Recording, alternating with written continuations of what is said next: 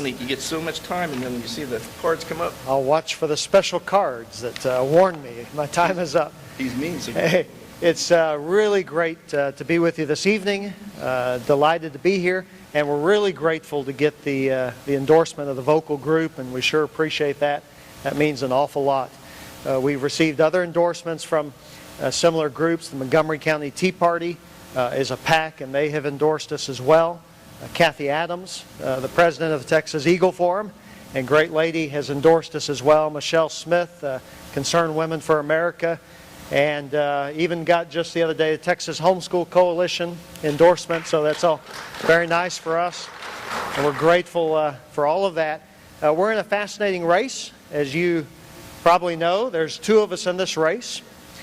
There is sort of the ultimate establishment candidate, who is the fourth generation of a grand political dynasty.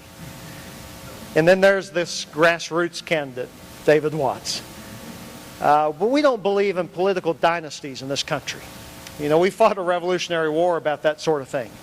We believe that each person is judged on their own for their ideas and their energy, and so we've received great traction across the state. One of the things we hear all around the state, and this, by the way, is I think this is our 70th event around the state. Since we got busy in July or so of last year, we've been everywhere from Lubbock to Brownsville, Odessa, all over East Texas, of course, Houston, Dallas, San Antonio. So it's been a great process. But one of the key things we hear around the state is simply this: as conservatives, we are tired of playing defense all the time. You know, we're always just waiting for the feds to do the next thing, and we're responding. And so the key thing we hear is we're tired of playing defense. When are we going to play offense? You know, when are we going to go on the offense with conservative values and conservative solutions? And that's what we have been trying to do. We'll talk about that more in just a moment. So let me do three things. Let me give you a little background on me, a little background on the work of the land commissioner, because that can be a little fuzzy for us. You know, what does this land commissioner person do?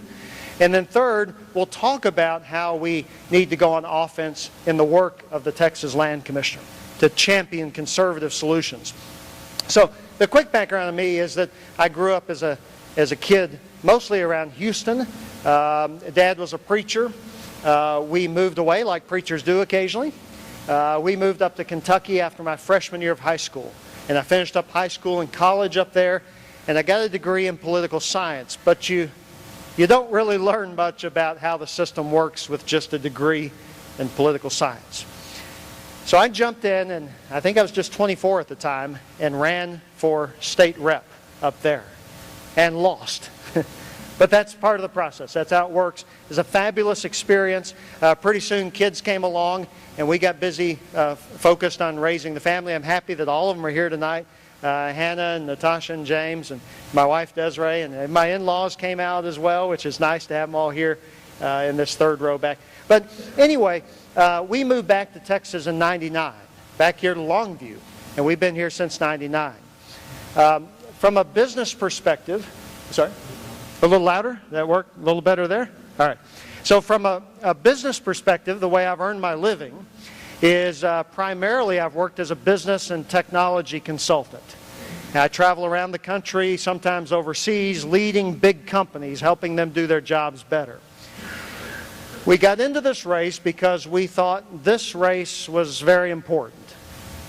This agency is extremely important.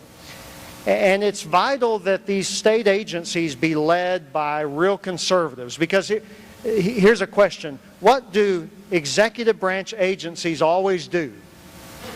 They always grow, don't they? They always reach more and more into our lives, and simultaneously they retreat so that you can't influence them. Think about the EPA at the federal level, right? Can you go knock on their door? Influence them? No, they want more say over your life, but you don't get any say over policy. And we have to make sure that never takes root in Texas. So that's one of the reasons this is so important. Now, what does the land commissioner do anyway? Well, number one, manage Texas public land. There's about 13 million acres of public land. Manage that land and make money. Isn't that an interesting job? Not many agencies have that mission. make money. Most of them spend it. The job of the land commissioner is to make money, and it goes straight to education. It's one of the ways we support the public school system, is by oil and gas leasing, whatever kind of leasing we can do on public land, and the money goes to education. That's job one. Job two is veterans benefits. You say, why in the world is land commissioner doing something with veterans benefits? Well, what did we used to give fellows when they came back from war? Used to give them land. So now it's lower cost mortgages, it's Texas veteran nursing homes, and Texas veterans cemeteries. That's job number two. Third job is history, helping preserve history. Things like the Alamo, and we'll talk more about that in a moment. But old land grant documents and old maps and so forth. Fourth is the coastline. So 4 big areas of work. Manage public land, make money for education, veterans benefits, history, and the coastline. Now, with all that said, how do we go on offense? How do we champion conservative values? Let's talk about history for a second, because that surely can't be too controversial, right? Sometimes it is. Why do we even have the Alamo? Who preserved the Alamo for Texans? Anybody remember? The Daughters of the Republic of Texas. That's why it exists. They said, this is a Texas treasure, we have to save it, and they were right. And for 105 years, they had custodianship over the Alamo. Now, it belongs to us as Texans, but they were the ones to take care of it. A couple of years ago, there were concerns about the leadership and how they were managing their money. And the legislature was persuaded to take custodianship away from the Daughters and give it to the General Land Office. That's the office the land commissioner leads. I think that was a big mistake, because this is typical government. 7,000 women, private citizens trying to do good work, make a mistake, and what's the government ready to do? Ready to take the privileges and the liberties away. If that had been a government agency that had done what the DRT was accused of having done, we would still not have the answers. That's my contention. So I've said the conservative approach is we go on offense. As land commissioner, I'll work with the legislature to build a framework whereby we restore custodianship of the Alamo to the Daughters of the Republic of Texas. That's where it belongs. We can have a system of checks and balances with the GLO to hold everybody accountable. That's only proper. But that's where it belongs, is with the Daughters of the Republic of Texas. Now, the Alamo's been in the news also lately. Anybody remember why? Yes, ma'am. The United Nations. Now, hang on for just a second. This is the one point that frustrates people the most. It's not good. Folks in San Antonio, the mayor and so forth, the city council, they have been working to get the Alamo designated as a UN World Heritage Site, if you can believe it. And that's a big mistake. It is not that the UN would take over, although I don't trust them for a second. But it is needless influence. It is opening the door for influence from the UN. For example, they want a buffer zone around the Alamo where we will regulate development more closely, you see. That's the kind of thing they're involved in. They want that sort of influence down there. That's wrong. It's wrong for Texas. It's just bad. So I've been saying we need to do everything we can to stop that. There is no issue at the Alamo that needs the UN's help.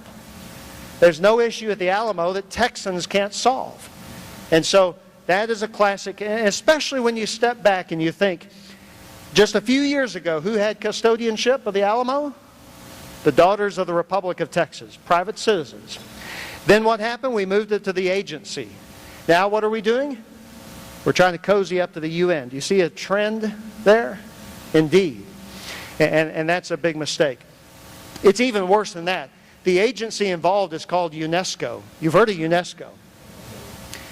There's a U.S. federal law. Federal law says the U.S. cannot pay dues to any UN agency that admits Palestine as a member nation.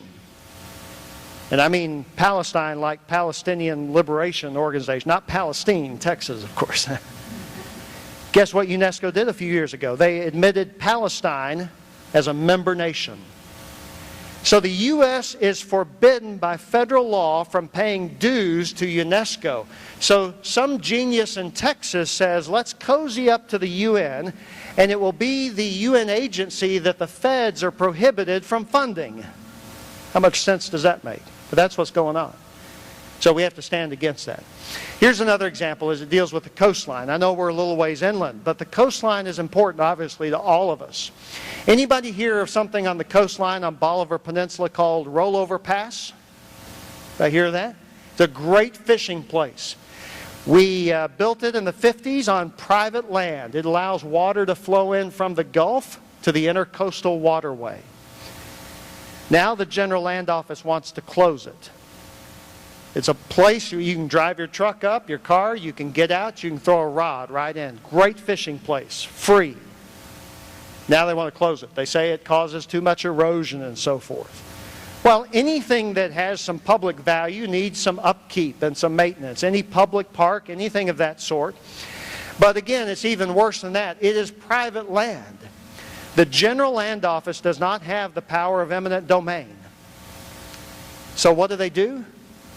The General Land Office has strong-armed Galveston County, who does have the power of eminent domain. So they've said to Galveston County, if you fellows want more work on the coastline funded by the General Land Office, seize this private property, and then we'll fill it in, and we'll close Rollover Pass forever.